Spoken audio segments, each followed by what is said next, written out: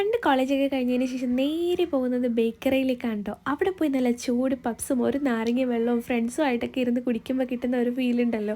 പെട്ടെന്ന് പപ്സ് കണ്ടപ്പോൾ എനിക്ക് അതാണ് കേട്ടോ ഓർമ്മ വന്നത്. അന്ന് ഞാൻ സ്കൂളിൽ പഠിക്കുന്ന സമയത്ത് 5 രൂപയായിരുന്നു ഒരു പപ്സിന്.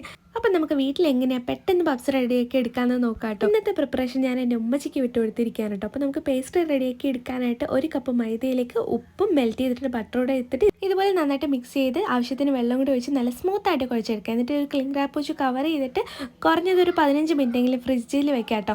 എന്നിട്ട് നല്ല കട്ടിയായി വരുമ്പോഴത്തേക്ക് ഇതുപോലെ പരത്തിയെടുക്കുക. അതിലേക്ക് ബട്ടർ അപ്ലൈ ചെയ്ത് കൊടുക്കുക. വീണ്ടും നമുക്ക് എത്ര മടക്കാൻ പറ്റുമോ അതുപോലെ മടക്കിയതിന് ശേഷം വീണ്ടും പരത്തിയെടുക്കുക.